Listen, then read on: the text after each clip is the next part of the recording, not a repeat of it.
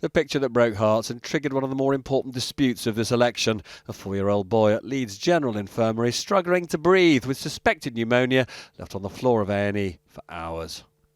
And Joe Pike, an ITV reporter, assumed the Prime Minister would want to say sorry. How do you feel looking at that photo? Of course, and let me tell you that I haven't had a chance to look. Why don't look at it now, Prime Minister? You refuse to look at the photo. You've taken my phone, put it in your pocket, Prime Minister. His mother says the NHS is in crisis. What's your response to that? I'm sorry. Look, it's a terrible, terrible photo, and I apologise obviously to the families and all those who have terrible experiences in the NHS. And later, in Sunderland at a rally, Boris Johnson insisted he had a plan to deliver enough beds in Leeds's and other hospitals. I'm very proud of what we are doing to rebuild Leeds General Infirmary. What I don't want to see is a fantastic programme that is going to unite and level up our country being blocked again.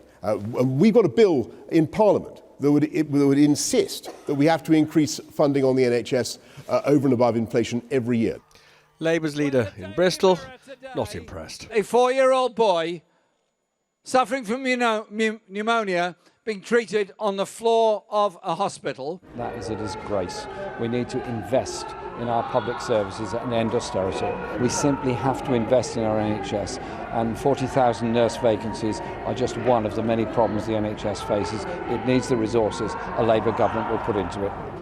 And guess what? The Liberal Democrat leader also knew who to blame. It's a really strong and powerful example of how the NHS is being starved of the resources that it needs. And if there was any doubt that this was a crisis for the Tory campaign, that was dispelled when the Health Secretary, Matt Hancock, made an emergency visit to the hospital in Leeds. But it's just about the amount of resources and things that we can actually put in. As a father of 3 small children, who myself have spent long evenings in A&E, I know how it feels, and I feel terrible for anybody who has to go through that.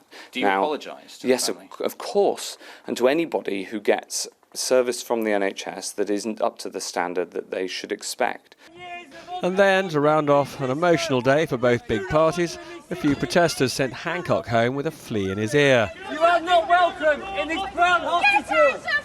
And one of Hancock's aides was poked in the face. But despite what many of us were told by the Tories, it was plainly an accident. The contenders, the one on the left, had the best of the last few hours, and whether he's catching up with the one on the right, we'll know in just over 3 days. Robert Peston, News at 10.